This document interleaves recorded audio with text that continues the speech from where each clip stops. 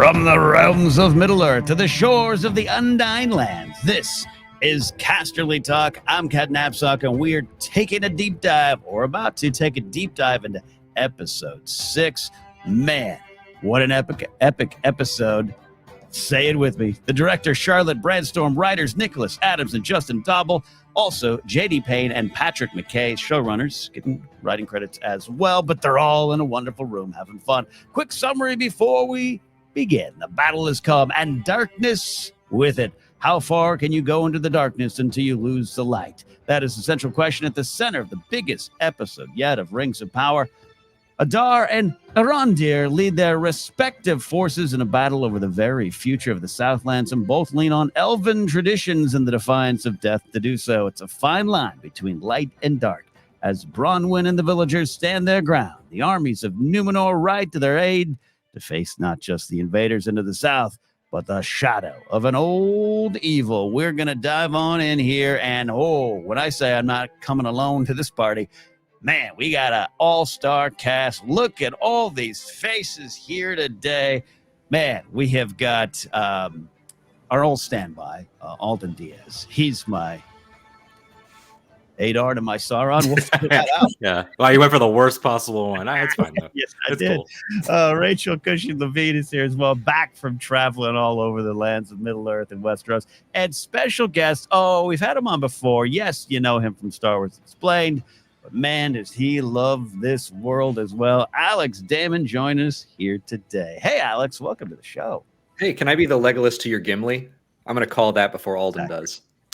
And I guess I'll take a Isildur if you want to be Elendil. Or I'll be Halbrand. I'm Moody. There you go. Yeah. We're all just warriors in Galadriel's army here, and Rachel is our Galadriel. So we're all serving here. Good to have you all here. Rachel, good to have you back. Thanks for getting traveling safely and getting back to the show. Oh, happy to be here. Missed a big one last week, but you guys held down the fort very well. You know, I love last week's episode. It's perhaps one of my favorites, but I know it caused a lot of stuff, not to go back into the past, but yeah, there's a lot of lore things, I guess is the nice way to put it, Rachel, last week. How you feeling going into episode 6? Yeah, they took a big swing with the idea of how the origin of Mithril came about and how linked it is to the elves, which is definitely something that they came up with. But while the first time I watched it, I'm like, excuse me? What are you talking about? I don't know this legend. But I get what they're doing. And I was more on board the second time I watched it. And I think, time will tell as well, this idea of the fading of the elves and how it's linked to Mithril. And then most likely leads to the forging of the rings in some way, shape, or form. All of that being connected, I actually think is an interesting way to go. So we'll see. Interesting way to go. This week I wish I could give the YouTube channel credit. I don't remember. It popped up in my algorithms notifications, and I watched this nearly hour plus video. It reminded me of an Alex Damon Star Wars canon video, canon timeline. And it was just like the history going back from the very beginning, the Valar, everything to the hey, I know Frodo, that type of stuff. And that's the first time it really dawned on me, even though we've talked about it, even though you've mentioned it, Rachel, the first time I've really realized, man, they are squishing thousands upon thousands of years together. And maybe they have to in some ways, but also what a task, what a daunting task, Rachel. It's still, that's my biggest question still, because we spent this entire episode, Udûn, in the Southlands.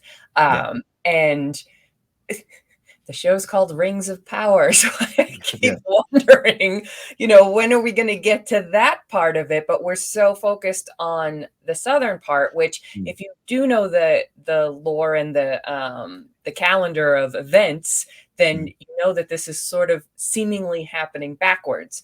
At this point, though, 6 episodes in, I have trust in this team of writers, and they have mapped this out. They have figured it out. They planned out the 5 seasons that they hope to do from the get-go. So I'm sure it'll work, but there's still parts of me that is like, this is interesting. Yeah. Puzzle pieces. Well, if we just check the Celebrimbor work schedule here, I believe he said spring. So if the season finale is called It's Spring, then we'll have an idea of what's happening. Alex, I want to talk to you about this here. We can make our jokes about Star Wars canon. It's important and what's going on. Star Wars doesn't have the legalities at play that this show does. But going into episode 6, how have you been enjoying this ride? And sub question, does it feel good to not have to worry about making a 2-hour canon video based on it? Oh, it feels so good. And like, I would consider myself a big fan of Tolkien. I've read a lot of his works, not all of them, but it's probably... It was definitely my second big obsession growing up. So I consider myself like, this is an important world to me, but it's also so nice to not know nearly as much. And like Rachel just said about Mithril's origins, I had no idea that was different. I was just like, oh, neat little legend. Like I learned something new. And so it's nice to not have that stuff nagging in the back of my mind, to just be able to enjoy it a little more. Because in Star Wars, some little thing is different and I have to reconcile it within myself and be like, it's okay. It's nice to not have to do that here. Or we're all experiencing this wonderful series Andor that's going that thing you read on Wikipedia or in that visual dictionary. We're going to tell you the actual truth behind it and get there in a creative way.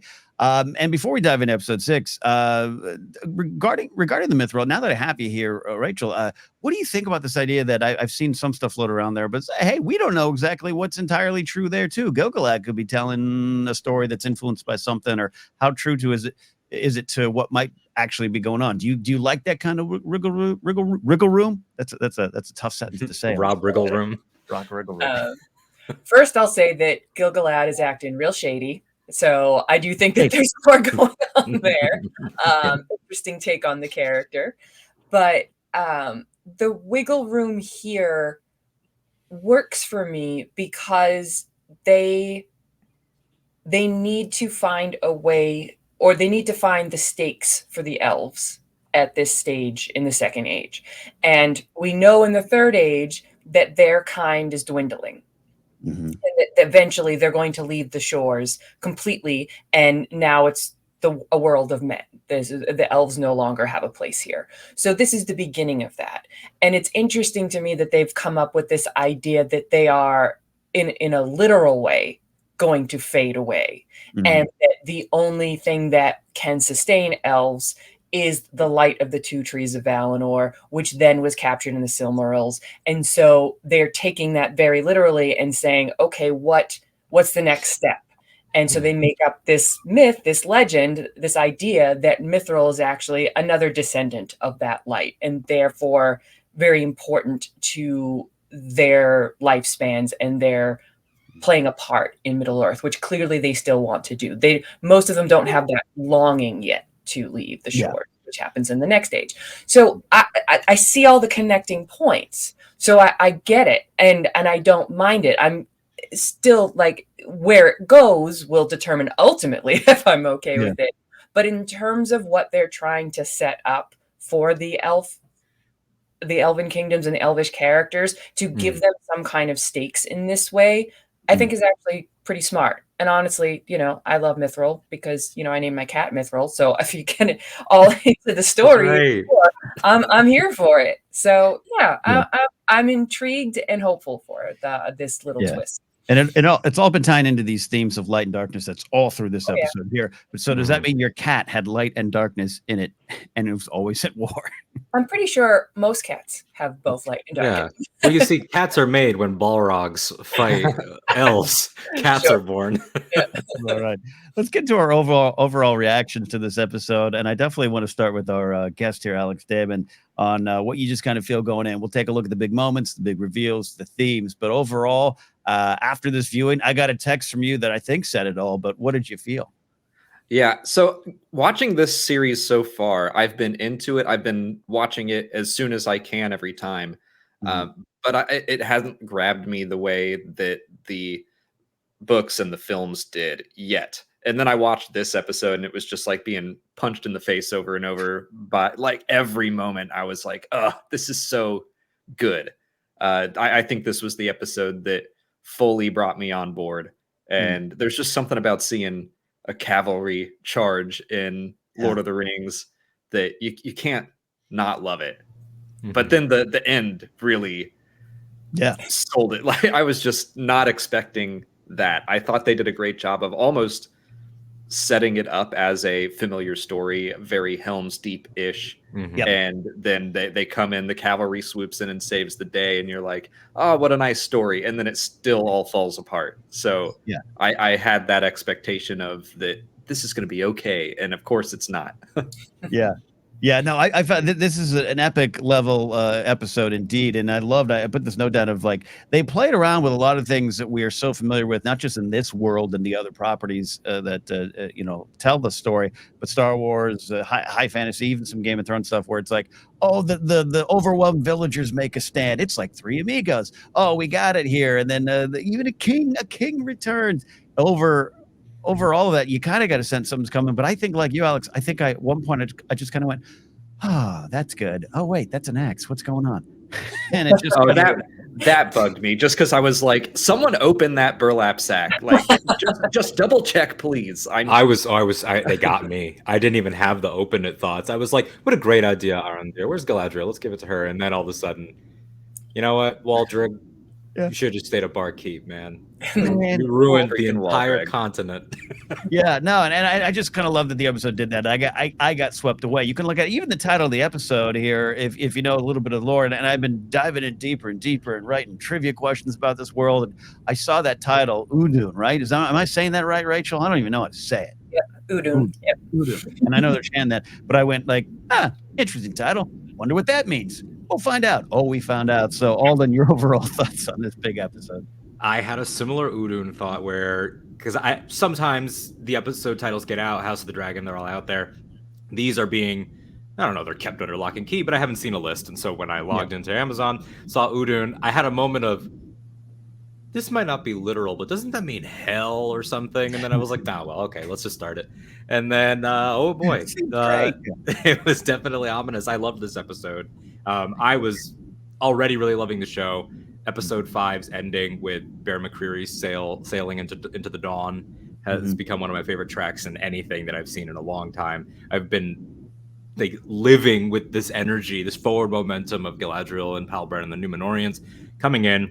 I love the way that they handled the idea of, and this is a controversial thing. We saw this a little bit with another fantasy show's later seasons of the audience has to accept the social contract that these are not happening at the same time. And you just have to roll with that.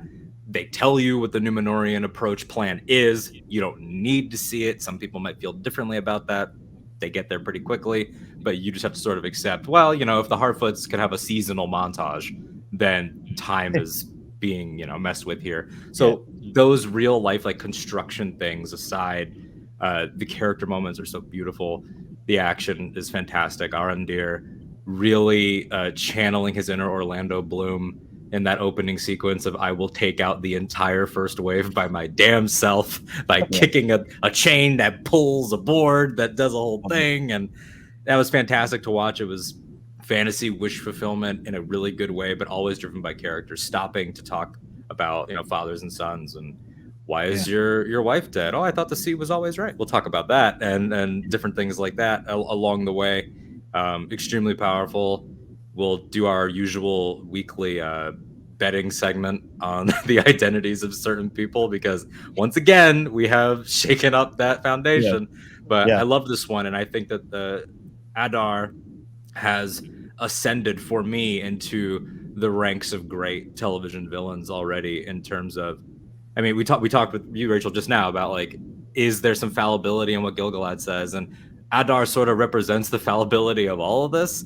Like what he said, like the lies are so deep they go into the trees and the mountains and all that, paraphrasing. And here it's like, oh, villain made a great point, which is such a classic thing. And his plot was, you could say it had some big implications.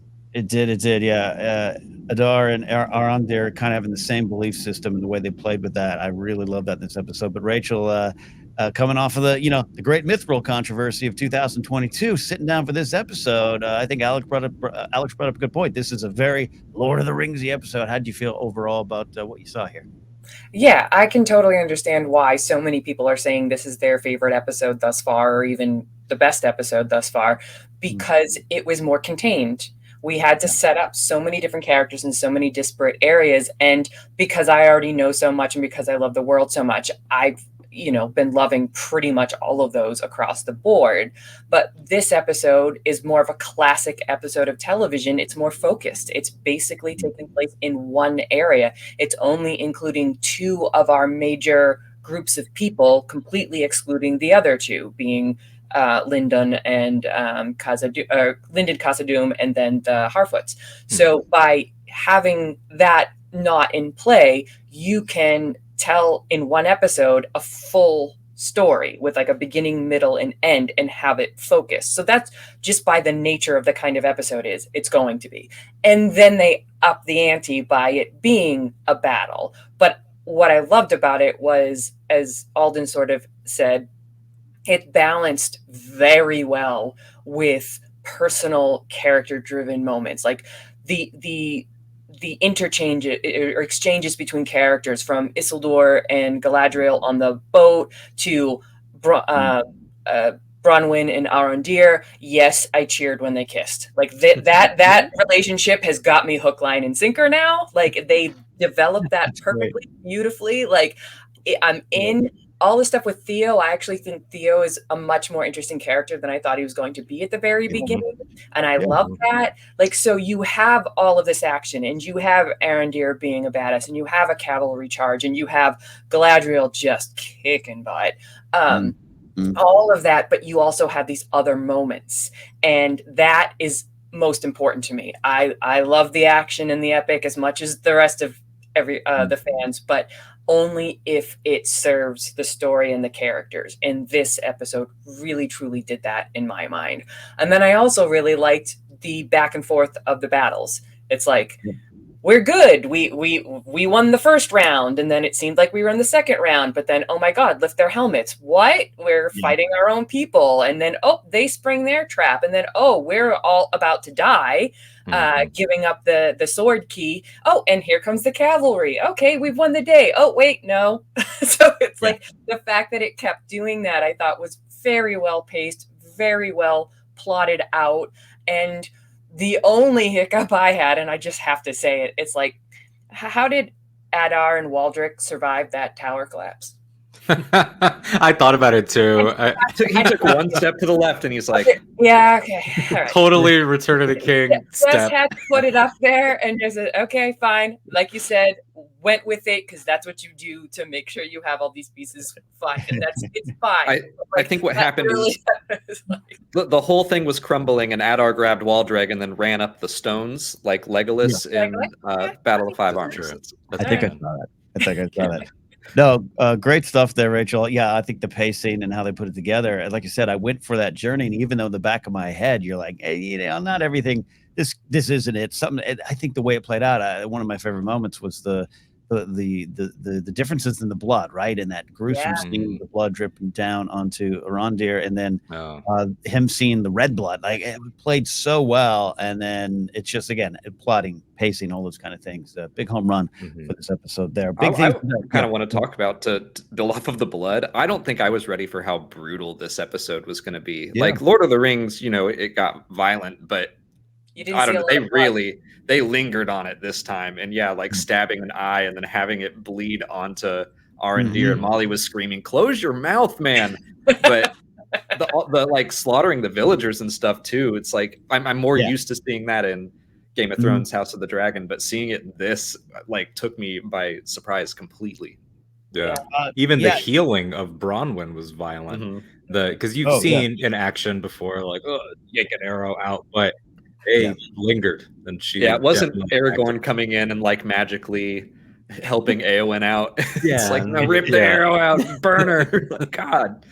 A lot of stuff here as we dive into the big episode moments reveals. I'll let you guys all kind of lead through here, but some of the themes we're going to be touching on here. I think the World War I parallels with Tolkien are all through this episode, like trenches under the land. It was amazing to actually see that kind of play out with so much of what influences Tolkien being his experiences World War I. I love that. We got the idea of you can't destroy the symbol of evil, the defiance of death and new life. I put down you have to pay the toll, or you have to pay the troll toll. If you know the rest of that song and it's always done, you can finish it yourself.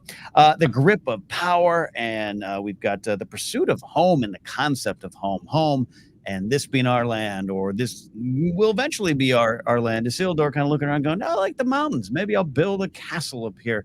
We'll see. A lot of stuff going on there, but Alden, lead us in. Where do you want to go first here? Themes, battles, what jumped out to you?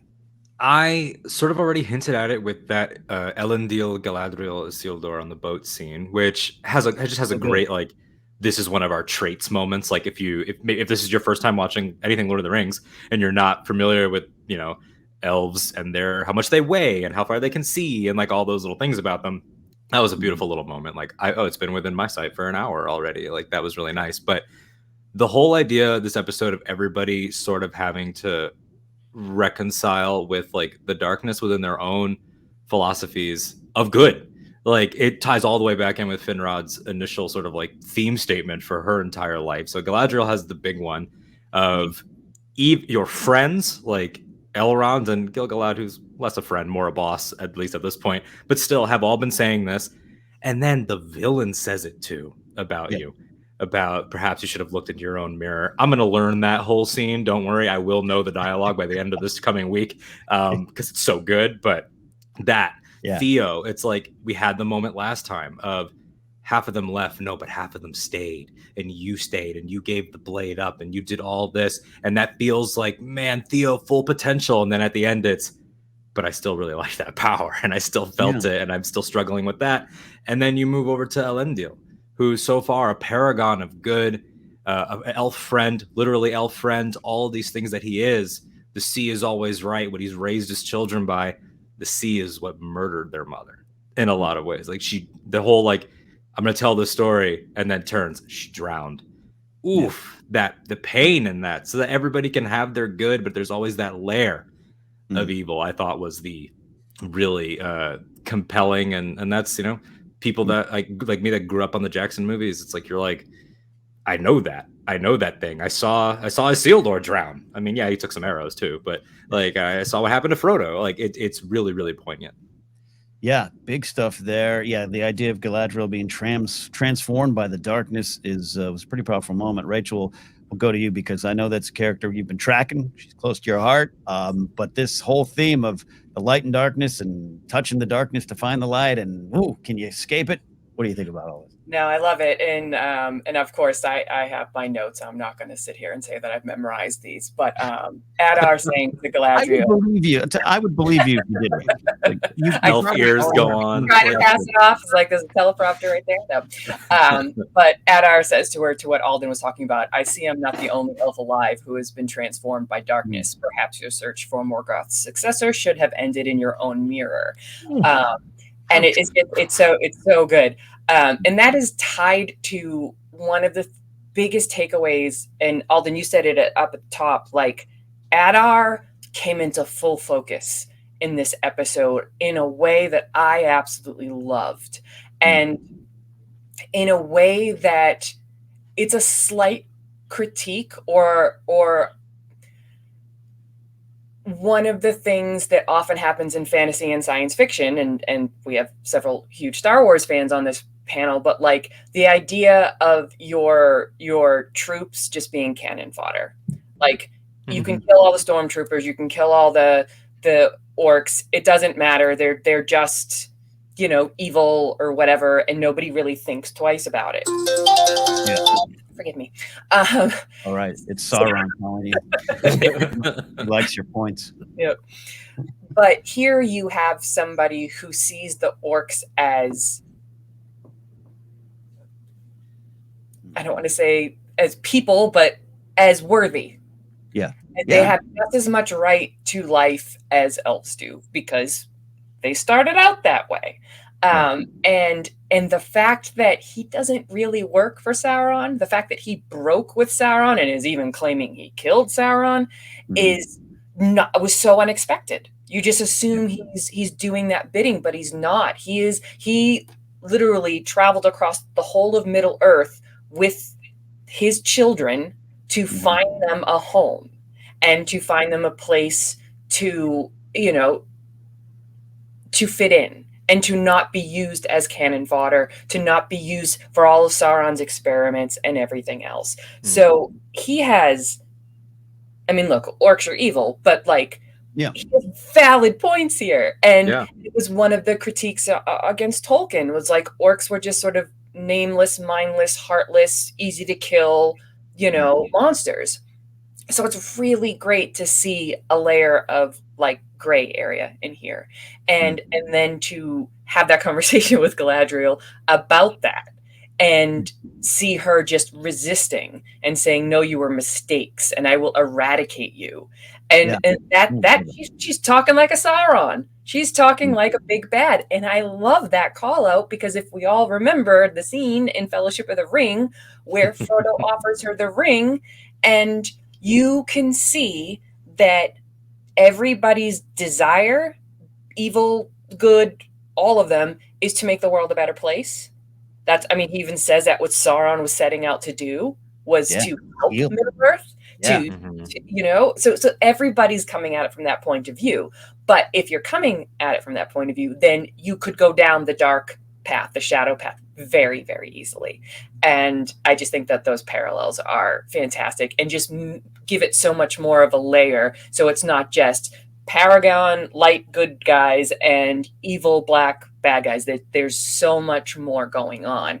I'm loving her journey. And then the fact that it's tied in with Halbrand and how they both help pull each other back from tipping over into that shadow. Like, you get that wonderful scene between the two of them where they're clinging to the moments they had fighting side by side on the side of good as something that could keep them from going down those shadow paths. And they have that in common. And I kept thinking of you, Ken, because I kept thinking, wow, they're doing a lot of work here to make us like Halbrand and to think that, like, he's the guy. Be the good guy, we'll go into our reworked predictions of who is who, but this went a long way to make Halbrand the more noble version that I know Ken is rooting for.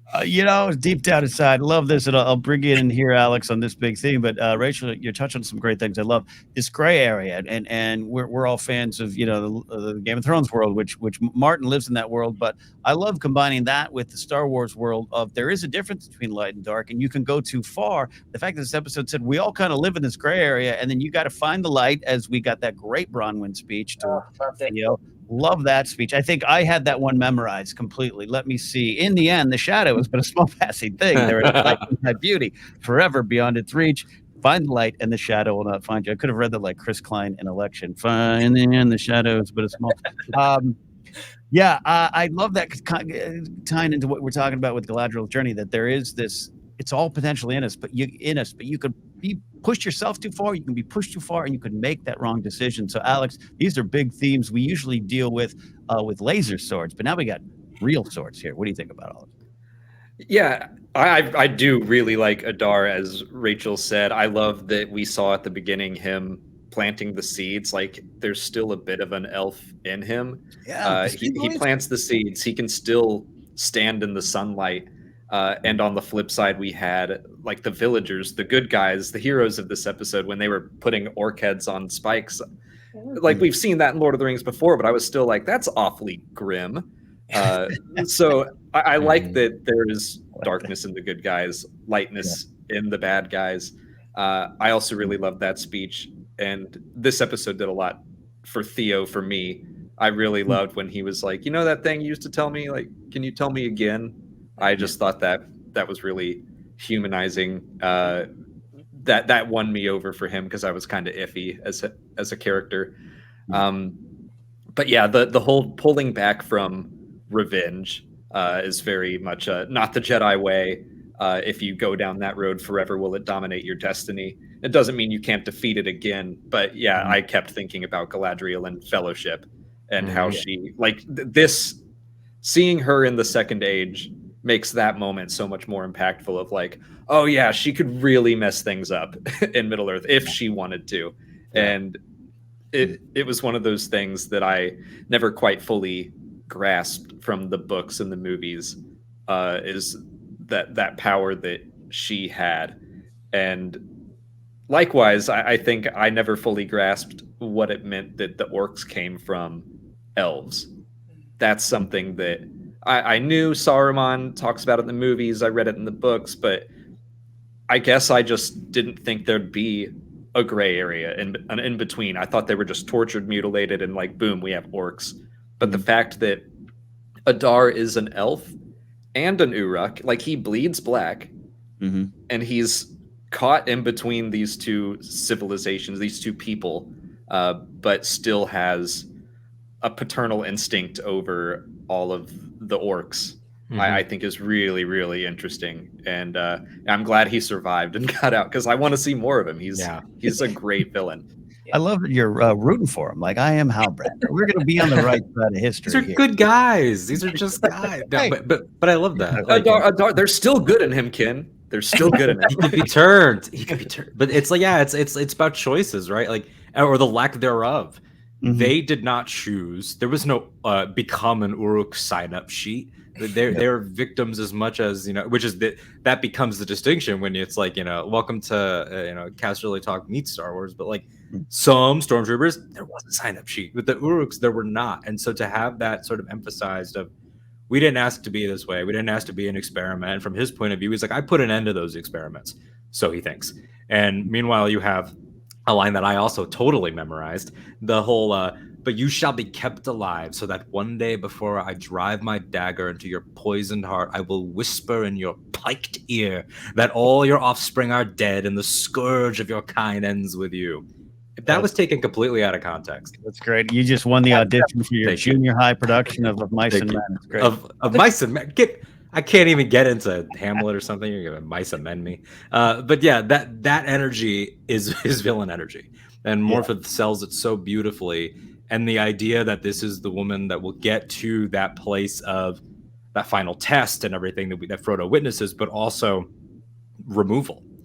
That the woman that says, I cannot stop, who finally got to that moment of honesty, will eventually get to the point of, not only do I not even use swords, as we see later on, like just sorcery and just raw power, but I'm going to choose a peaceful, removed realm.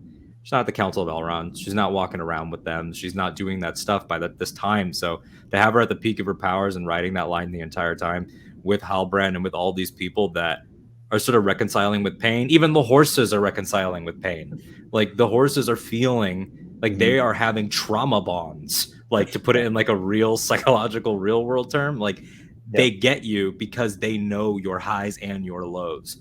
And the fact that we can reconcile that across, race divisions is what makes us different than someone like Adar, even if he did at one time have a valid point. And I love that whole what are they, the Morandir? Is that a new word or Moriandor? Yeah, I mean it's a like conjugate.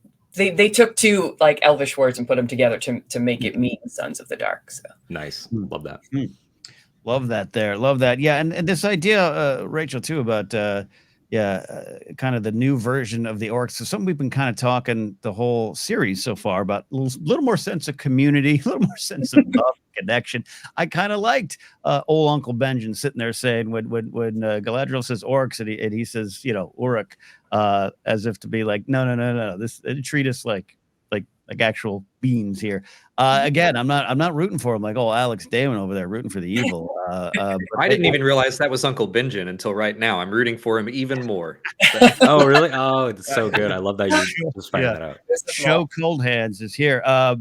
Rachel, what do you feel about this kind of recontextualized orcdom, if you will? I think that this is one of the best things this show has done thus far that differentiates it. I mean, we all want it to be in the same realm of the films that we adore, but you can't, take a carbon copy and just insert new characters and do different things. And in some ways, there have been a lot of direct parallels. I mean, this episode is very similar to Helm's Deep, all the way up until the dawn charge of, the reinforcements. Yeah. But you have to insert where you can new wrinkles, new perspectives. And to do that with the orcs, I think just lends itself to the entire idea that there's no such thing as pure good and pure evil, like we were talking about before. And that's why, Adar is just so brilliant. And you know, to read another quote, like at the very beginning after he plants the seeds, and then he gives like his version of an inspiring speech. And guess what? It is kind of inspiring, even though he's giving it to the orcs. It's not like Bane, kill all this stuff. He's saying to them, we've been waiting this for a long time. And then he says, some of you may fall, but for the first time you will do so, not as unnamed slaves in faraway lands, but as brothers and sisters in our home. And like, again, you take that line, as Alden did with Galadriel's, no context, that's a hero line. That's an inspiration line, you know? So like they're just playing. You're sitting here like, yeah, oh no. Wait, no, exactly. But it's so good. And that's what I love. I love delving into something we've never really thought about before in this world, but it still fits. It still works because the parallels, because the good guys going through something similar, just on the opposite end of the spectrum. So I just, that was the thing that really struck me the most in this episode, was that struggle, light and dark, finding the light or staying in the shadow. Bronwyn's beautiful speech reminded me of something Samwise would say, you know, just all of that wrapped up into, it's not wrapped up into a neat package. There's a lot of different layers here. And I really, really, really loved that juxtaposed against what we were seeing with Galadriel, Halbrand, and then juxtaposed with something as pure and as beautiful as Arondir and Bronwyn together. And the kiss that caused the round of applause. No, wonderful stuff there. I'm really fascinated with the I put it down as Adar and Arondir have the same belief system, but almost down to the same words and the same traditions. You know, the new life and defiance of death. And I love seeing it mean something for both. Again, we're not rooting for the bad guys here, but it adds a lot of depth to the decisions that all of our heroes either make or don't make in this series. And that's what I love going on with Galadriel. Theo. Yeah, Theo really kind of, I've liked his journey this episode more than any other one because it just was really truthful. Did you see the moment when Bronwyn starts breathing again and Theo puts his arm around her and Arondir?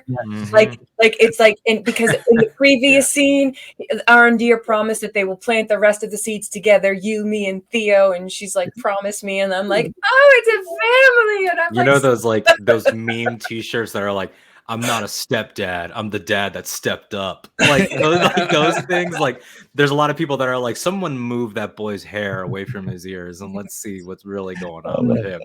He might actually be Arondir's. Yeah, that's great. I love that there. We're going to get into some of the stuff with the battle later on. I actually broke down some of the beats. A lot of great stuff in there. Some big questions we're going to answer. But Alex, anything jumping out to you about big moments, reveals, themes that you want to dive into? I think just it took me until this episode to understand a little bit about how gray this series is. I don't know much about the Second Age at all. Very, very broad strokes.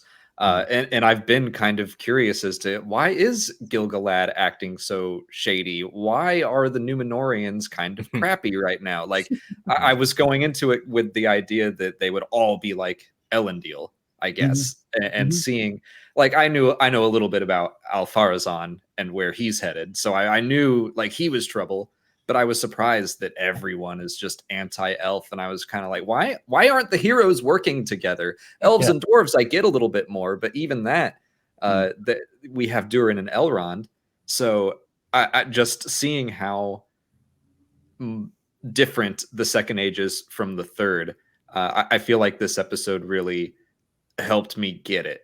And also just was completely sick with the battle and the explosion at the end. That's the other thing. It's just an all-around fun ride. Yeah, it's just well made and well choreographed. Oh yeah, the production design, like all of the orcs, everything about it was great. Your orcs might be some of the best designs and costumes in the show. Yeah, that was the text I got from Alex. That was sick. I was like, oh, we're gonna have fun today. It had like 5 eyes. Sick. It really, like this, you know, Ken, you and I are like, we're in a constant game of making wrestling references on these shows, but like there's that wrestling term written down, putting someone over, of let the audience know how big a deal that they are, let them know they're legitimate, all that. To go all these episodes with Galadriel normally being around people that don't respect her or already know her, and to then make Theo have that moment with Arondir of like, oh my God, a woman, like, oh my goodness, like he like swoons. And then even Arondir, who's been the badass, has that moment of pause, like, commander of the Northern Armies, like, Galadriel, like, oh my God, like even me, like that's like, wow, like to put that in that character, I think for a completely new person, particularly a child watching that, to see your hero have a hero is very, very cool amidst the action. We could be heroes. It's like Alex Damon walking into a Star Wars trivia match. It's or Rachel into an Intergeekdom match there. All that kind of stuff there. Love it. Yeah, I love that moment. I was going to actually ask you about that, Rachel. That was kind of talking about putting someone over. This is despite the journey she's going on and all the tough questions around her. This is, I don't know. I think they're just putting this this character that I know you love so much up on the mountains where she belongs.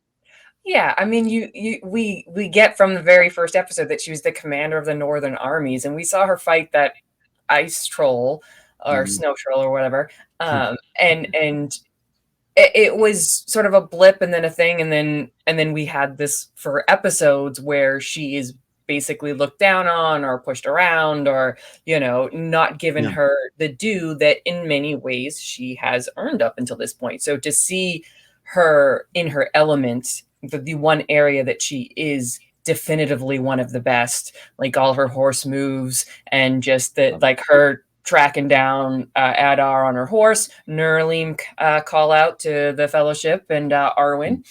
That's right. But like just to see all of that, and therefore, instead of somebody just telling you that she was the commander of the Northern Armies and she was a badass, here we actually got to see it. And yes, I was here for all of it. Yeah, good stuff. We could pull some themes in as we go on, but so we don't do a 3-hour episode here. I do want to get to the actual battles. There's so much, and this season has been, it's been character building, story building, some putting the pieces on the table and doing it in a wonderful way.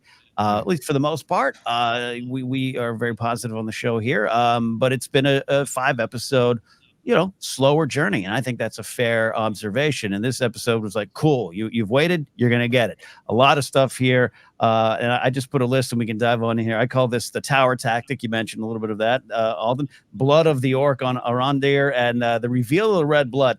I put it on the same list as Theoden seeing the Oliphants, but not above it. I'm just saying it's on that same list of one of those moments where I was like, they did it. Oh crap, that's red blood. That means they didn't do it. And I just had that in my heart there.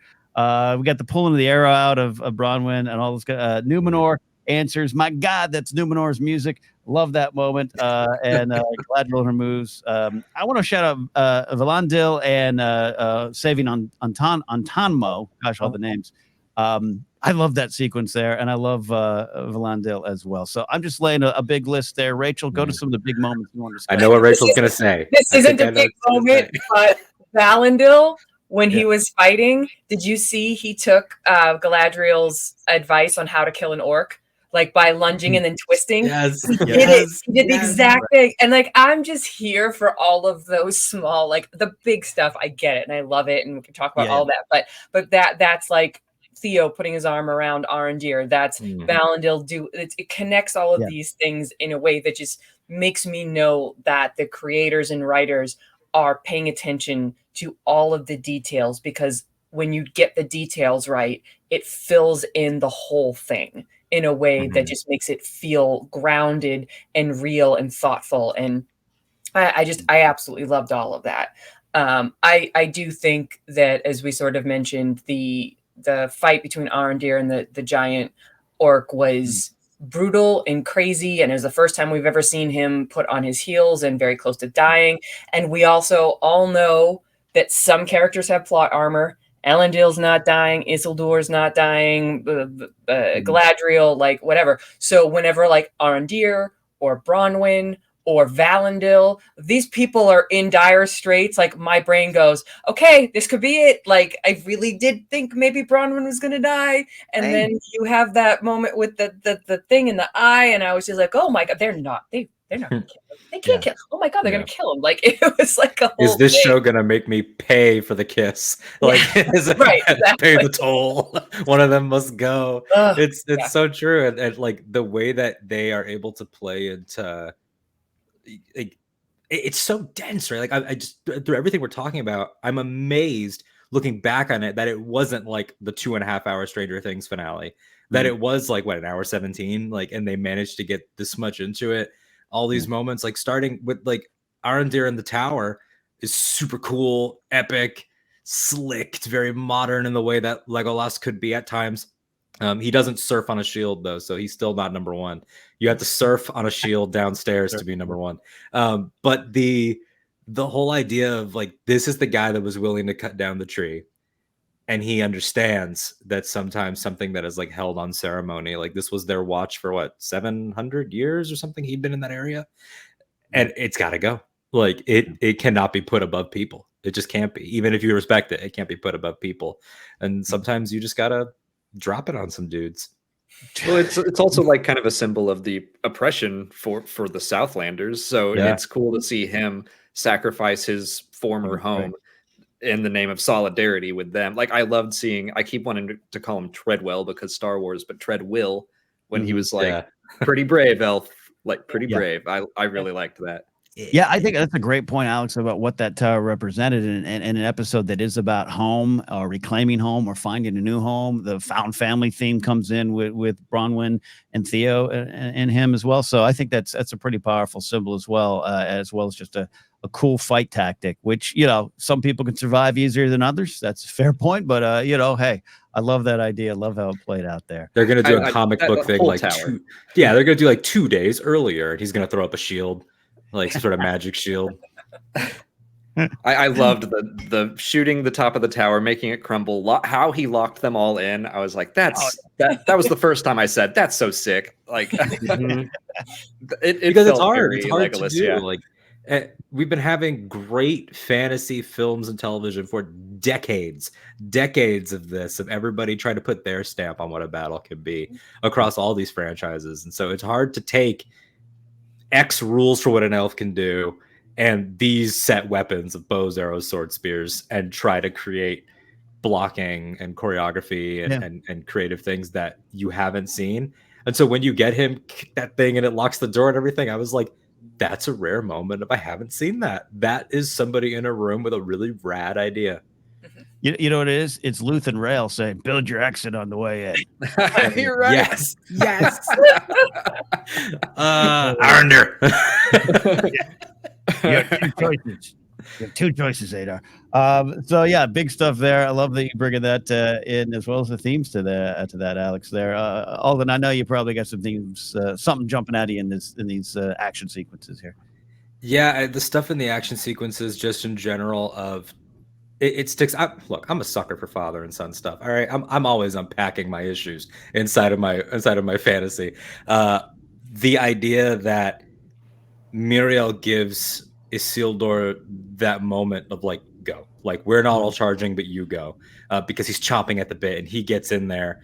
I don't know necessarily what she thought might tactically happen, if she was also worried about Elendil's life at this moment, and that's why I sent in. But it's not him that saves his father, but they finally have that moment of, he's not suddenly going to get the lieutenant promotion off of just that moment of bravery, but you go from unstable sweep at the beginning, which his father put him into, about humility, beautiful stuff with the jobs that teach humility and how to be humble.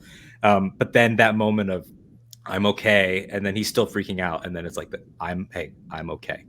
Like, and we know that, but it's one of those things where it's so well acted, you forget the plot armor. You're in it for that moment, forgetting that I know I'm going to see this guy's like 20th great grandchild in the next age. It doesn't matter in that moment, because it's just about the fact that we're away from home.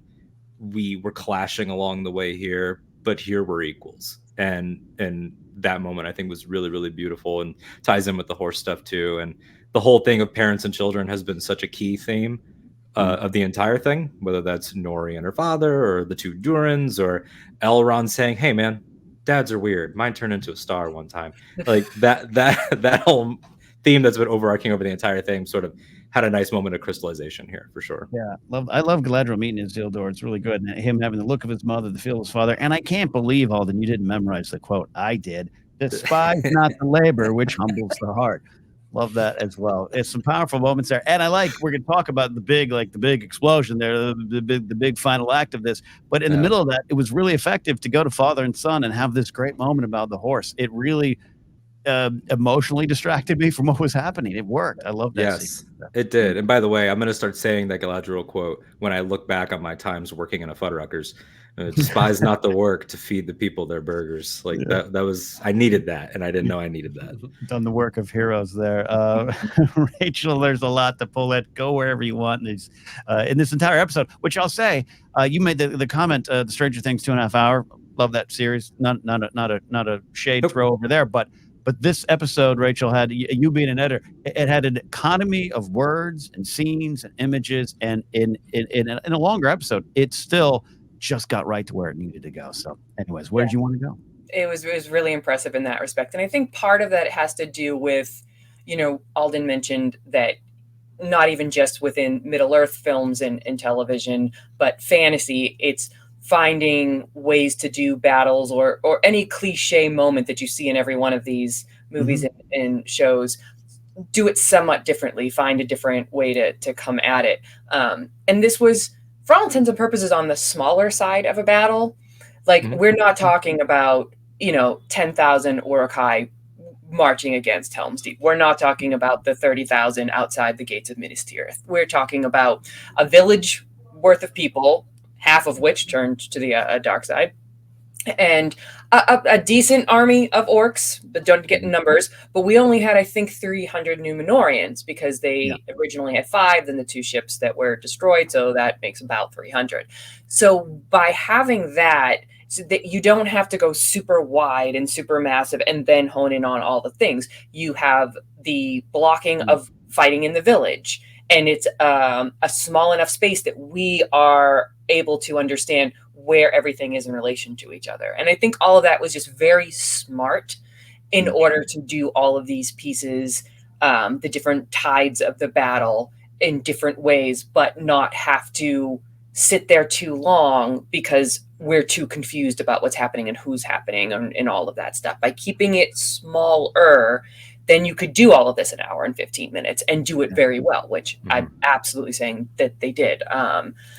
I think that's a great insight too, because even in thinking as you're talking, I'm like thinking, it's like, almost, it's like there was a battle on the road, it was like, that was it, but it felt bigger than it was, and I wasn't lost. I really think the blocking was great, and it's hard. You got horses, you got stunt performers. There's so much going on, and I think there's just an insightful point there, Rachel. So I apologize. Carry on. Oh, no worries. Just the production of all that was very smart in order to get us, again, like, this was a narrower episode. We had fewer characters than the show has at large, and we know the stakes and we know the major players, and so it was easier to follow. And I really appreciate it. I really do feel like that the direction was spot on, the choreography was spot on, and then everybody was elevating their game in terms of the smaller moments and the acting. Like, I thought Isildur was much more compelling of a character in this episode than he has been up until this point. And we've already talked about Theo. So the only other part of the battle that was, I think, about the most effective for me was the moment when they realized that they've been fighting their own. Because, again, we're talking about we've won, we did great, and then this realization. But I've mentioned this, I think, in our very first Casterly Talk about the first 2 episodes. This show, the other part of this show that is something we haven't really seen much in Middle-earth before, is men versus men. And what that means and what the consequences of that. Because it wasn't explicitly stated, but you could imagine that it was 2 brothers. One who stayed and one who went to Adar, and then to notice that that's who you were essentially fighting, that you'd been tricked into killing your brothers, your village mates, the people you grew up with. Like, it's so loaded and so important in my mind to this series, because it's very different than anything we've seen in Middle-earth before, with these different groups of men with different mentalities and had been ensnared by different things. And I thought that was gut-wrenching. Like, I just, when it happened, and I thought it was just, again, very well done. And then for Adar to spring the trap and the arrows and Bronwyn getting hit, and I was arrow scene is so good.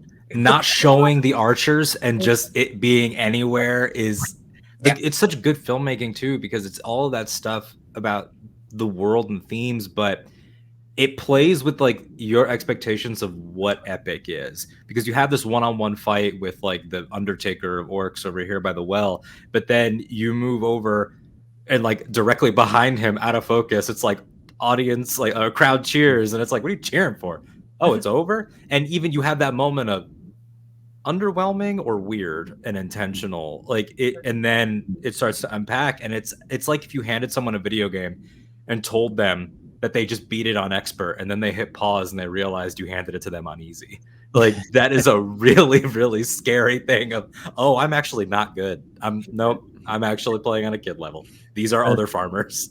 Yeah, as someone who always plays on easy, that's cruel. That's very cruel. No, I thought that played out well, and to what you mentioned, like, there's some days when I'm sitting around, I'm like, do I want to watch the Lord of the Rings today? One of the reasons I convince myself is Theoden going yay and turning around, and there comes this marching army. It's one of in the theater, seen it for the first time, and what would that be? 02? No, 03. I was gripping the seat at the ArcLight. I was too. I couldn't believe it. And so this doesn't have that, but it's on that list of, all right, I know something's up, but to what your point, you just brought that big theme in, Rachel, about home. This is an episode that is about home, and that's home versus home right there. And it worked. It was really effective. I thought it was sad and tragic. And if elves have to be split, going all the way back to the sons of darkness and that whole thing, like their split this is a long con, extremely long con, millennia of long con. And for the men, time being relative, like this has also been a decently long con, their ancestors and everything, and they've been sitting around.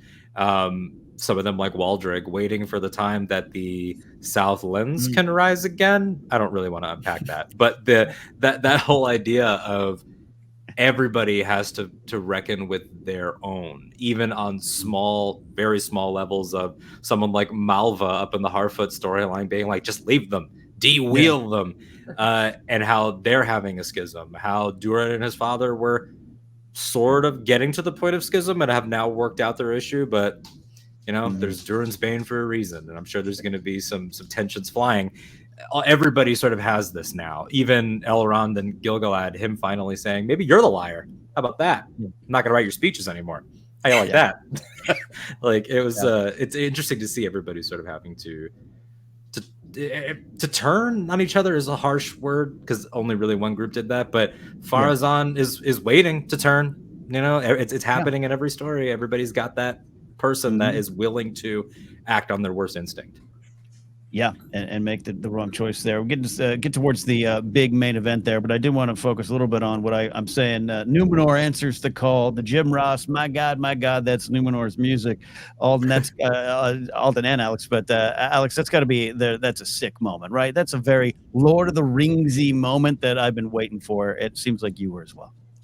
Yeah, that, like you said, you were gripping the seats in the chair. I remember vividly just how into Return of the King I was, and for like everything I knew about the books fell out of my head until you heard that horn, and I was like, oh my God, Rohan's here. I forgot they were even coming, and just that whole buildup. I think it's interesting that they chanted death, and so did the Uruks in this episode.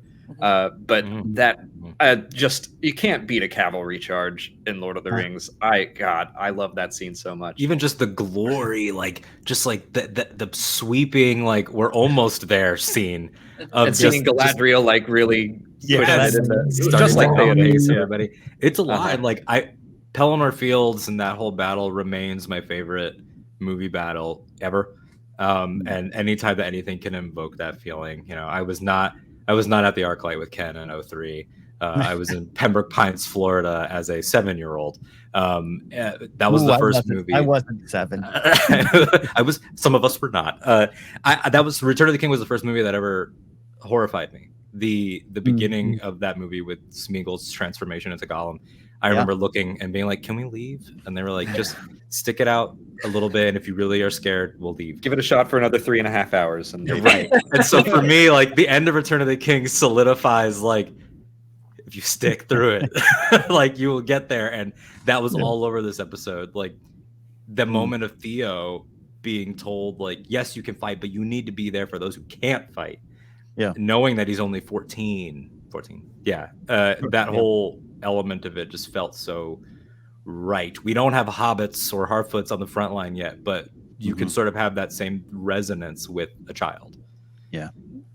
Love it. This town in general, like they're not, they've been at peace for so long that most of these people don't know how to fight. And you can see that, you know, then which is such a brave thing for them to do is come out with whatever small axes and scythes that they own. They don't have swords. They've never been fighters before, but it's just this that really, you know, poignant in a way to show that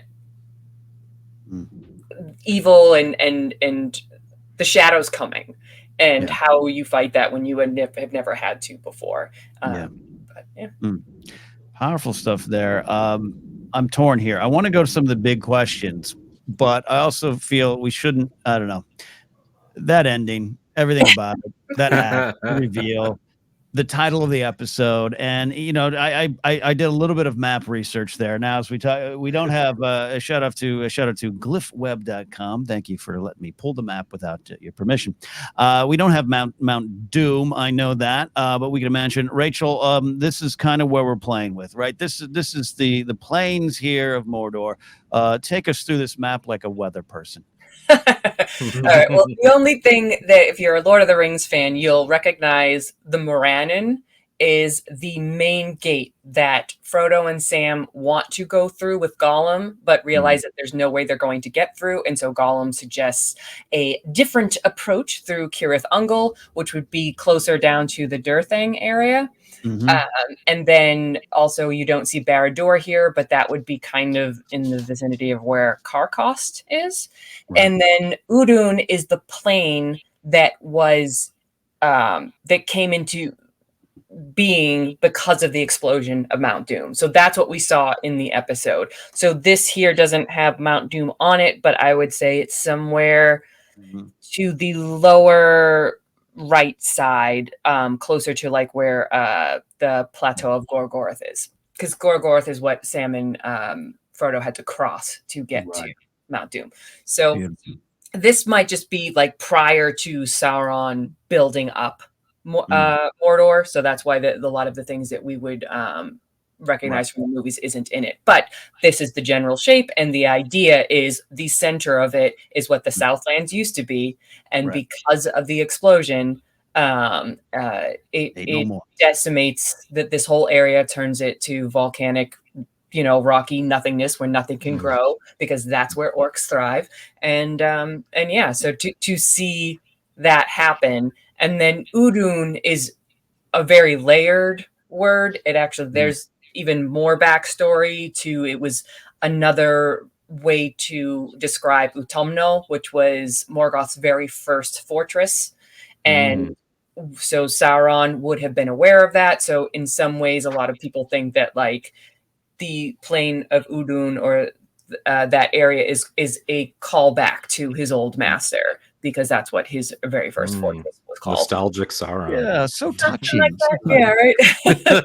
Sauron's like, I remember the good old days. Sauron is the type of guy that would name his cat Mithril, is what we're saying.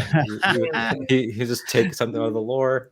And we got the podcast listeners. We did put a map up here on the YouTube side. I apologize for that. But Rachel did such a great job of describing kind of the lay of the land. Now, all through this series, what will be Mount Doom, it was in the background. It was kind of sneaky early on. I saw some tweets of like a mountain. yeah, oh, look at that.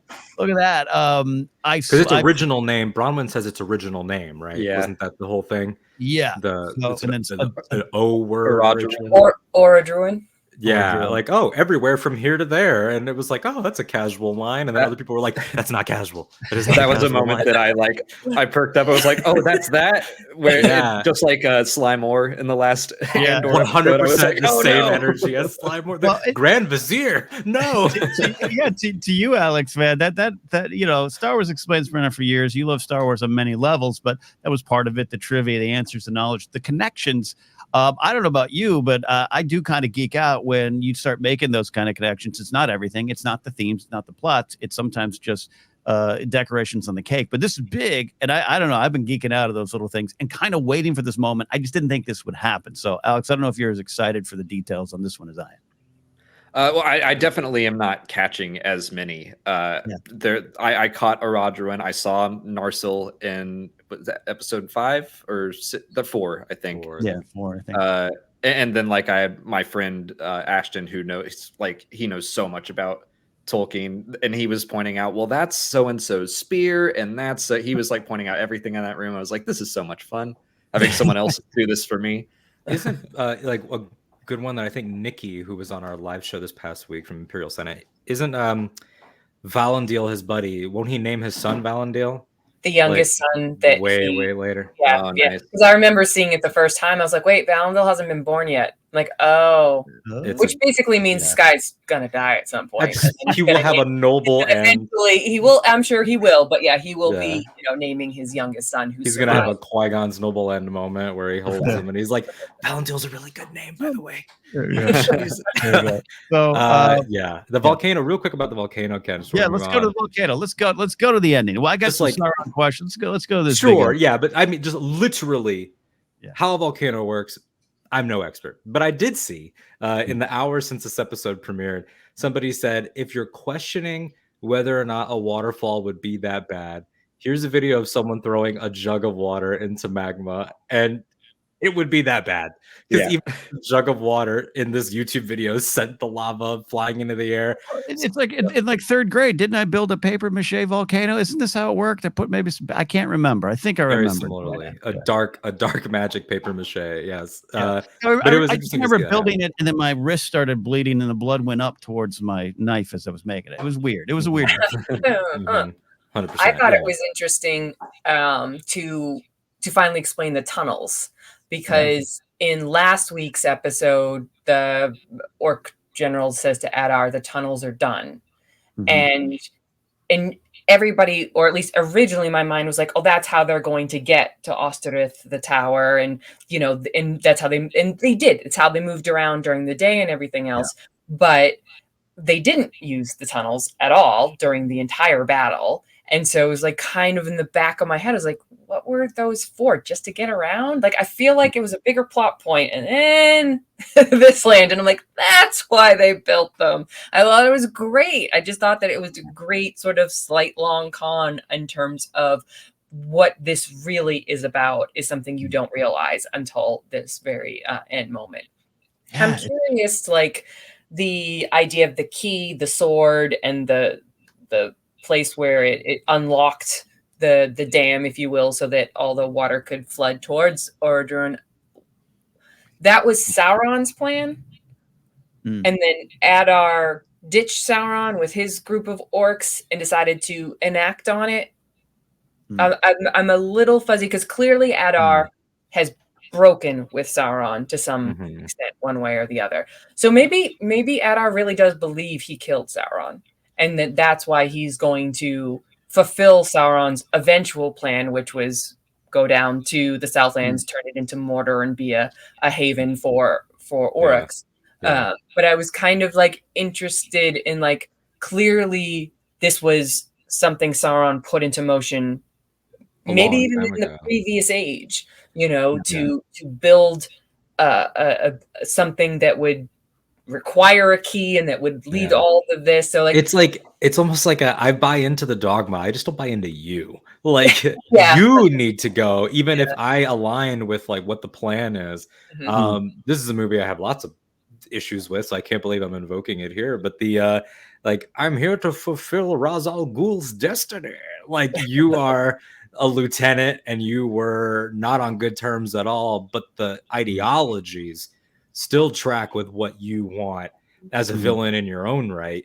And whereas like it's almost like just advantageous, like, oh, I killed him, so I think, and he left these plans. He was going to have this as like the home for his cannon fodder, but why not still use these plans to have a nice home? Like, motivation sort of circling around the same thing is an interesting thing. I love it. First of all, am I the only one that yelled, "Release the river"? No. Might have misused it. Might have been a different for a different spirit. You guys are. I'm itching to get to this, so we'll get to some of the big questions here. Adar, and I always say it 3 ways every episode. Adar, and Sauron, Halbrand, how it works in, but just the how that all played out. The water spouting up, the sound, the rumble, man, and then just old Uncle Benjamin there holding his ear to the ground and then going to the tunnels. I thought this show all through the season has really executed big moments like this well. This was the biggest thus far, and it was both. Oh, this is what I would think would happen, but also completely surprising. Wonderful.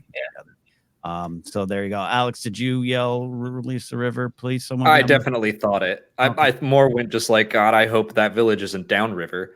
But I should point out, like, this was my favorite episode so far, but it worked so well because of the previous 5 and how well they built things up, like the tunnels, of just seeing all of that pay off and be like, oh, that's what those were for. Oh no. And then seeing the volcano and being like, oh no. Was not expecting Mordor to be created or Udûn to be created in season 1, I guess. Yeah. So, all right, I'm just going to we're just open this up to the floor here. We're going to have a good old discourse desk here. This is wonderful questions. You're talking about Sauron's plan, maybe Adar picked up on it there. I keep going this idea of what does it really mean that Adar split him open? I killed Sauron.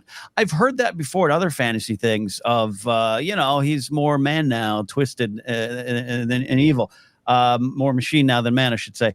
I focus on that. I'm not saying this isn't some big theory that I have that Sauron's been split in 2, or that Adar's saying, I killed Sauron. I'm something, but I don't know. It just got me thinking on a wide world of possibilities. And then you got old Halbrand kind of being like, you remember me? You remember what you did? What's up? What's up? What's up?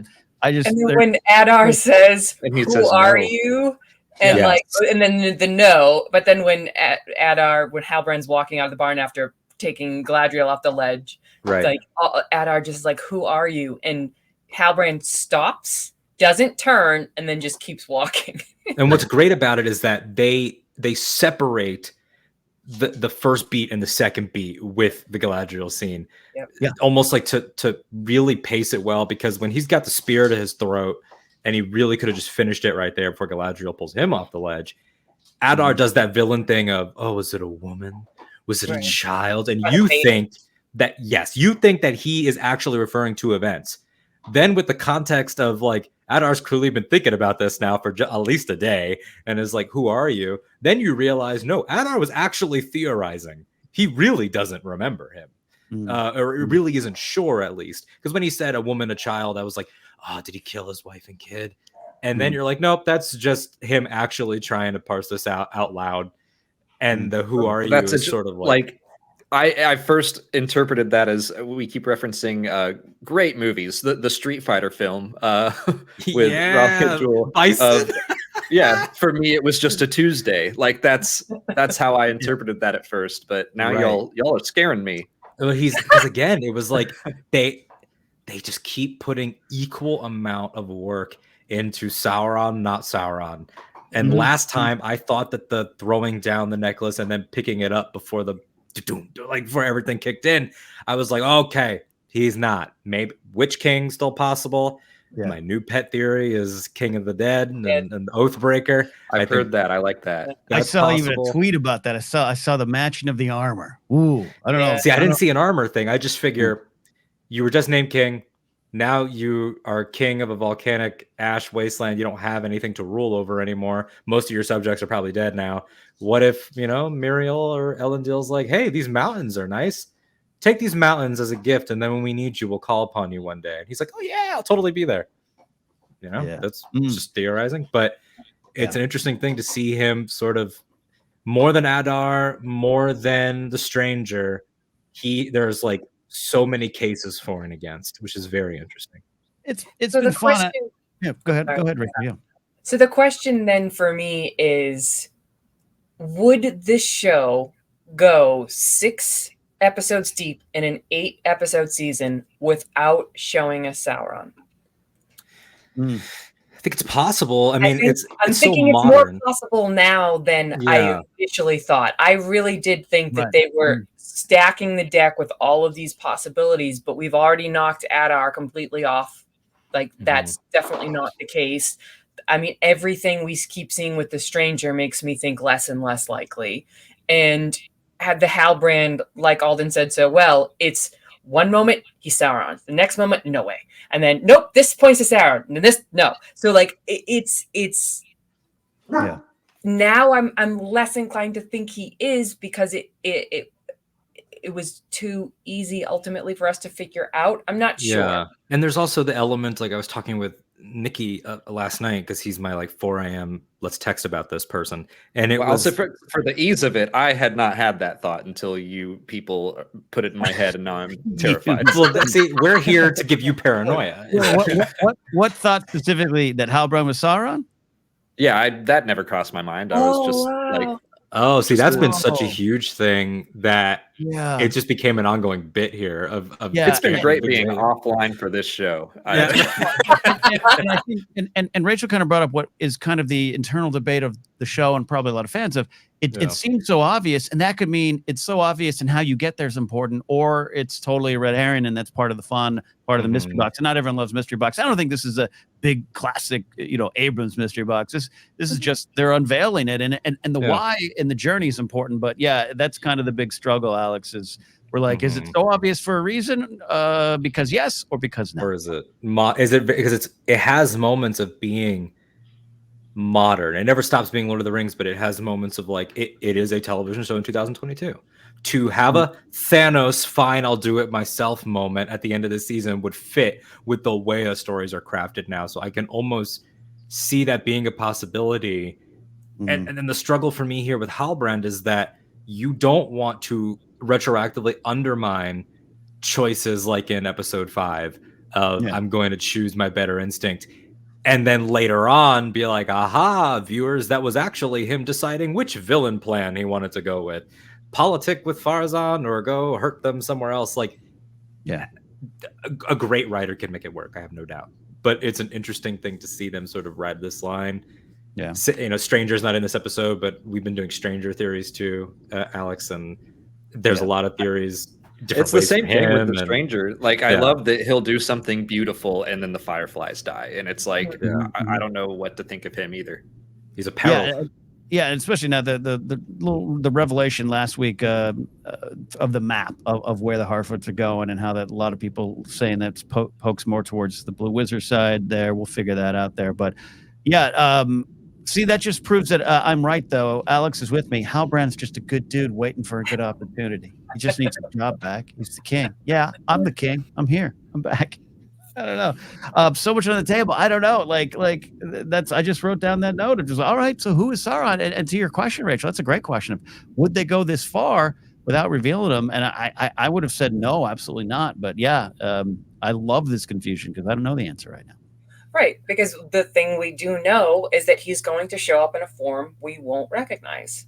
Like that, in the Second Age, he had that ability. So for everybody that knew that, and I think even non-lore fans had heard it or figured that out or whatnot, we've been on the lookout.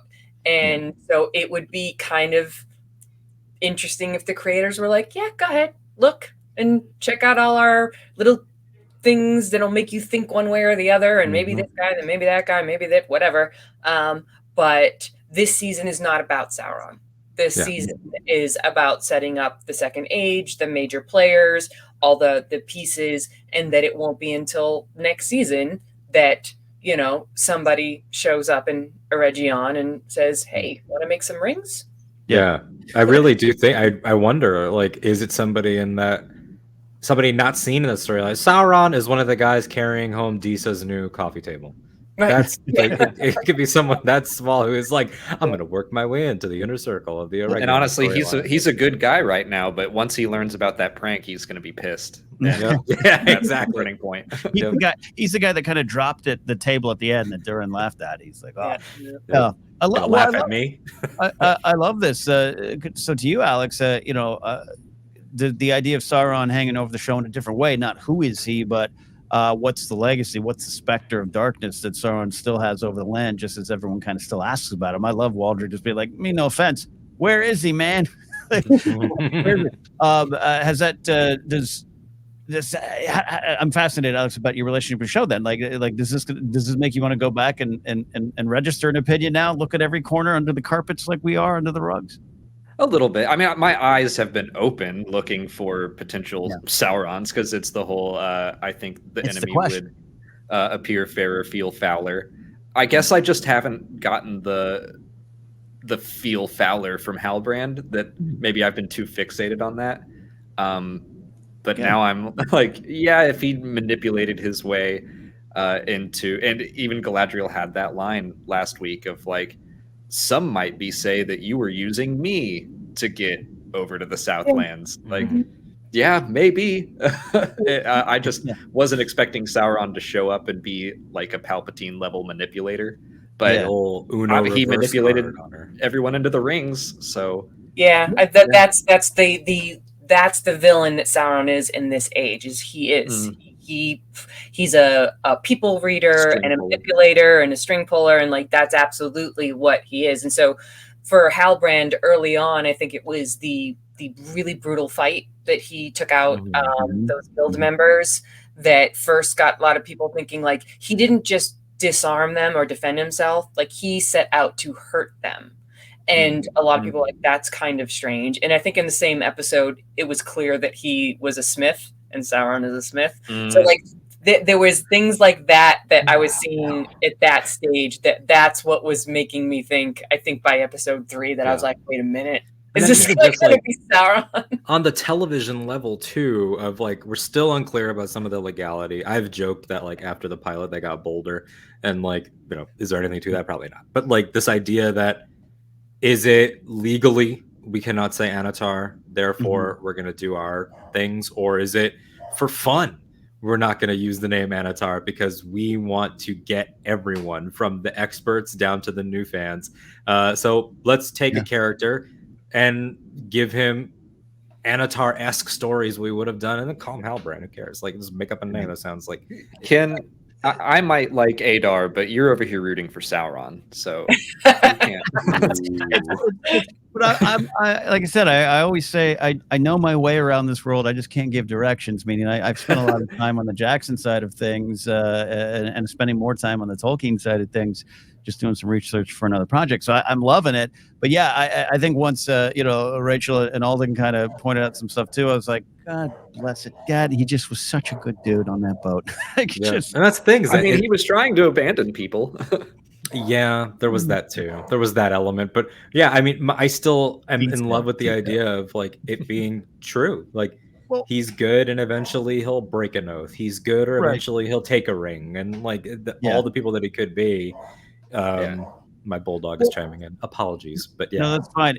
We also have to point out you're still in Florida dealing with slight weather conditions, so all good vibes out there to everyone in there. Let's have fun in the time we have remaining here. If you're all okay with this, playing this string out here, so to speak. Let's say Halbrand is Sauron. What does he do now? What does he do looking around and going, well, blank bleep, that was my plan. I'm really upset at that guy now. What does he do from this point on if it is Sauron, Rachel? Well, the lore nerd in me says he heads north because that's the main thing that he has to start to get involved with. But that seems less and less likely, because if he is now the king of the Southlands, given the Southlands are being turned into Udûn, they're going to have to migrate somewhere else. And, whether they become Southrons or Easterlings or just some of the men in the Lostnark area, the mountains or whatnot, I don't know. But it would be weird for him to like take up that mantle and then leave. So that's another sort of point against him for doing it. However, again, I trust the writers to give him a reason to go to Eregion, and it could just be to shore up Elvish connections. He's got along very well with Galadriel. She's probably going to eventually have to head back up there too. And surprise, I didn't go to the Valinor. Well, to this point, like she now has proof about orcs and oryx, and to go, she should go back to Gil-galad and be like, look, you didn't believe me. Plus, he sees the rot on the leaves and everything else. Like, so all of this is coming together. What a real life tale to have a woman be like, this is what I've done to prove what I'm saying is true. Do you believe me? I'll bring you an orc head, like Bronwyn did in whatever the second episode. But if he goes to Eregion and he meets Celebrimbor and he's a smith and Celebrimbor is trying to build this whole thing and create things, and they get along great and start creating rings. I mean, I can see it. But the second he does it, it's going to be the giveaway. So that's the thing. Like whatever non-named, I don't think they'll call him Anatar. It's too much of a giveaway to most of us. Whatever stranger or character we already know appears up there and starts helping with the rings, unless there's like 5 of them helping with the rings, and we have to guess which one it's going to be. One of you will get to stay here. One of you. The Smith reality show. You get a rose. You get a rose. Celebrimbor is that guy too, because Celebrimbor has just been like the crap he pulled on Elrond with the look. I wanted to tell you, he wouldn't let me tell you. Like, he is such just a dramatic. Easily, like, I just remembered something about your father that would actually fit into the everything he says has an air of like this effing guy. But Rachel, quick question, without like, I don't want to accidentally spoil anything for non-lore people, but like just based on like research stuff, like there's a whoever Sauron is, there's a Pharazôn Sauron, like, we're gonna be on the island together for a while, but that's after the forging. Like, we shouldn't expect it in the technical canon. Yes, the rings happen first, and then Pharazôn's story happens after the fact. Got it. So that's what confused a lot of us with Númenor sailing to Middle Earth in aid of the Southrons, the Southlands. Excuse me. Was sort of like, wait, that's not supposed to happen until Pharazôn goes on. Okay, so the Númenorians do go over to Middle Earth more often. So like that's where we sort of like come together on that. But in theory, the order of things is Sauron does 2 major things in the Second Age: helps forge the rings, which we all know, and then a story that I won't go into any more detail with the Númenorians. So I assume that's still the chronology they have to stick with, but I just feel like they didn't start out with making the rings as quickly as I think a lot of us thought they were going. Sauron is the Julius Caesar looking guild member. That's who it is. That's great. No, I love this, Sarah. No, they're just asking, just seeing where this goes, because if we. And now that we know some of the promo shots we saw of Galadriel in the lava-rich sky, as we now know, and now to see it kind of sync up, if Halbrand looks around and like, damn, this was my plan. That is so fun too, that they release promo shots where everyone universally, the shot of bodies floating with the red tint and the shot of Galadriel, now we know in volcanic ash. I remember everyone saying, it's the first kinslaying, or it's the War of Wrath. It's all these things, and I love that it was none of them. And when she was climbing the ice waterfall, we all thought it was Helcaraxy, but like that's something that's in the Silmarillion, and it was the crossing of the elves. The Noldor that were not the Fëanorians crossed over the ice, and many of them died in that. And so, like, I did it. I was like, wait, are they going to show the crossing of the elves? I was like mind blown, but then it turned out not to be anything about that. So yeah, part of the fun. Yeah. Still waiting for Boba Fett's ship to show up in Solo, right? You Alex? beat me. Still You waiting beat for me. I was that. going to do a Plague of Staff joke. You beat me.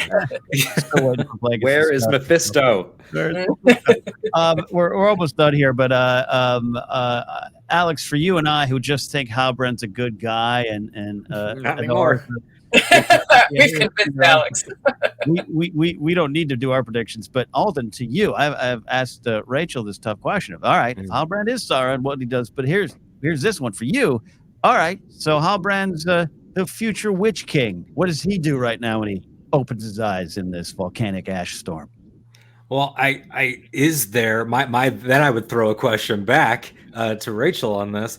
I feel like Halbrand is now in need of a place for himself and survivors, which could inform if it's going to be Witch King or if it's going to be, the King of the Dead and the Oathbreakers and all those men. Like, what is our relation? What is our odds, our geographical odds of a mountain settlement or of something that could lead to this Angmar adjacent maybe area? Because I think that I think is the next step. No matter what villain he's a prequel version of, I think the idea is you came here to be the king of this area, and now there's no area. There's no area. So now you need to find an area.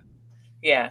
Well, Angmar is very far in the north, so that seems unlikely a place that he would take his people. But that could easily be explained away that like he becomes the king of Angmar after he takes the ring, becomes the lead Nazgul, and then sets up a fortress up in the north. Yeah. I think geographical will help determine that, but they might be a little less specific about it. It'll just be like in the lands around where Gondor and Ithilien eventually are. So that that'll keep it more ambiguous, but it'll keep it near Mordor, which I think would be the key for him to become a Nazgul. Is he has to be close enough to where Sauron's going to be to eventually be corrupted by him. And what I love is that, what I love about the character work is with this, it took everything in his soul to go with them for this mission and then to get there and all this stuff. Now he's in a place of such loss, and I'm so excited. He's doing such a great job, just as an actor. The whole cast is just unbelievable. Now we're going to get to see the I knew I shouldn't have come, like, classic sort of it blew up in my face moment in the journeys. Literally. And it literally blew up in my face and all of our faces. And I love the potential that gives for any of these turns or something completely original. Of course, after this loss, he's a guy that would accept a gift of help from somebody. Of course, after this loss, he's the type of guy that would maybe break an oath out of fear, et cetera, et cetera, et cetera, et cetera. In the same way that we're drawing these lines to Galadriel's, final test and final moment of clarity and fellowship, all of these lines are now open for him to have his vengeful instincts confirmed, his fearful instincts confirmed, his paranoia confirmed, all of which are easy to prey on. Yeah, especially after you go, yeah, that's right, I am the king, and I'm back. Let's do this. Things change rather fast. All right, let's get some final thoughts, and then we can get on out of here. Alex, thank you so much for joining us today. We really appreciate you having around. I love to let the world know that you love things other than Star Wars, like Indiana Jones as well. So thank you very much. Final big thought on this episode as we look towards episode 7, where the dwarves are digging deep. I think that one thing I didn't mention, where I've talked about how I've been surprised at how, the elves and the men, they're not working together. All the heroes, the races we classically view as heroes, are kind of at odds and not acting very noble. But seeing like that moment of Elendil in danger, Isildur rushing to his aid, and knowing that they had the plot armor, but also knowing that in the future, that's going to be very tragic, because Isildur is going to watch his father die just up the road at that mountain. But the whole thing, while everyone is at odds together, I just kept remembering that this is building towards a last alliance, and that we are going to see the heroes working together to fight Sauron wherever he is. I've been enjoying using what little knowledge I have of the universe to draw those lines to where we're going to be, and knowing that it will all work out kind of for a little bit. Okay. Find the light and the shadow will not find you. That's you're tying it all to that. And this show needed to function as a show for everyone. And I think you and I can joke about our knowledge in this world, but it's part of how the show is working. It's got to hit everyone. I think it is, and it's a hard line to cross. Alex, thank you so much. We'll let you tell people where to find you here in a second. Alden, final thoughts on this big episode. Yeah, just building off of what Alex said about our knowledge, our audience knowledge of The Last Alliance, whether that's season 4 or season 5, both, because it'll be a presumably decompressed version. Whereas Peter Jackson and Fran Welsh and Philippa Boyens had to do an incredible prologue version. This, they can do hey, we had to hang out in Ladris for a while and build up. And I would love to see all of that. To know that this was our first moment of storylines colliding. We didn't have to wait seasons like we did over in Westeros Essos to finally connect in big ways. Here is like, we're in it. This storyline, and this storyline are together now. Was very exciting. And to see how well they did that, how they picked their moments, knew what we needed to see. Like I said up top, like, the quote unquote fast travel, which like some people could see as a criticism. It's like you pick your moments, like I've said with House of the Dragon, you go where the meat of the story is. Now that they've proven that they can do it so beautifully, it just has me so excited for every other instance of that we might get. I'm going to have chills when Elrond and Isildur meet, for the first time. Whenever that's going to be, will be extremely exciting. And on the battle level, as you said, Rachel, like, it wasn't even that big. 300 Númenóreans, a small host of orcs. To think that we will see things like the fall of entire elfin societies, like Eregion, like, what they stand to be able to do here with all that sweet Jeffrey Bezos money is incredible. Bezos money. Rachel, thank you again for joining us. Big episode, a lot of stuff going on, always a lot of lore questions. We appreciate your insights, both not just the show, but the lore and the history of this world. We lean on it because we need your guidance. You are our Galadriel through the lore here. Final big thoughts on this big episode. Yeah, very similar to what Alden just said. It gives me hope for bringing all the stories together. They did it so well at this level. I'm not quite ready to call this my favorite episode because it doesn't have Elrond in it, and he is my favorite character by far in this show. And his relationship with Dern and Disa is just one of the greatest things they've come up with so far. So I am very excited to start seeing the stories collide a bit more, because then I think it will feel less disparate. It will feel like episodes can stand on their own, because right now I don't even know if I can say I have a favorite episode. I have favorite moments and scenes within episodes, but they've all had to be spaced out in such a way because we've been in 4 different corners for a while. But the coming together, they did it so brilliantly in this episode that I'm really, really looking forward to seeing more of it come together. And for characters that haven't met to meet, I think it's going to be very interesting to see when Galadriel reconnects with Elrond in Gil-galad and potentially Celebrimbor. Like, I'm really looking forward to all of that. But generally speaking, as an hour and 15 minutes worth of television, this episode had just about everything I want except Elrond. So I agree with that. Great thoughts from all of you here today. Yeah, I absolutely love this episode. I don't love ranking things at all, too. But there's so many moments in all of these I love, but this episode was the path forward, definitely, as we move all these stories into one. That's a great bit of insight from all of you there. We're out of here today. I want to thank you all for following me. If you do so at Ken Napzok, or go to my website if you want information on upcoming comedy shows with Mark Ellis. Thank you for following Casterly Talk on Twitter, and thank you for subscribing to the YouTube channel. We are now a partnered YouTube channel. And thank you for listening to the podcast as well. That's where you can find me and all the stuff I do. Alden, quickly, where can I find you? Yeah, you can find me on Twitter and Instagram at that Alden Diaz, THATALDENDIAZ, talking Star Wars on Octo Radio, where we have our little network of shows there. It's primarily interviews, but we do cover all the shows. Our Andor discussion, a little bit affected by the hurricane here in Florida. I'm okay. Thanks for everybody that's reached out and asked. We're all good. Florida's very weird. I had one broken branch, whereas some other people's homes are destroyed. So its disparity is very freaky. find ways that you can definitely support and help out for sure everybody that was affected. So Andor will roll on next week. We're going to combine 4 and 5 on Octa Radio, and then find me writing different places. Had a piece on StarTrek.com recently, hoping to do more of those. And yeah, find me watching this guy's explainer videos as well about Easter eggs in Andor. Good stuff. Rachel, where can they find you if they want to send you all the wonderful lore questions that I just go, Halbrand's great? Anytime. Twitter and Instagram at Rachel Cushing Levine, all one word. Alex, thank you so much. Hopefully it's not the last time we have you around these parts. Let them know where they can find you and those explainer videos, like the wonderful one on the collection in Luthen Rail's store that helped me.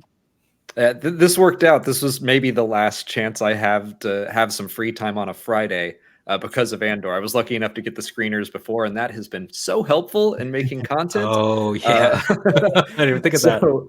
Yeah, I'm over at Star Wars Explained with my wife, Molly, and we are breaking down Andor, the High Republic's coming back. Anything Star Wars, we're covering it, having a blast with Andor. And yeah, Star Wars Explained on YouTube and Twitter and Instagram and TikTok, etc. Go find him. Go find everyone here. Thank you all. So for my buddy Halbrand, who's just trying to do right by the world, we'll see you next time here on Casterly Talk.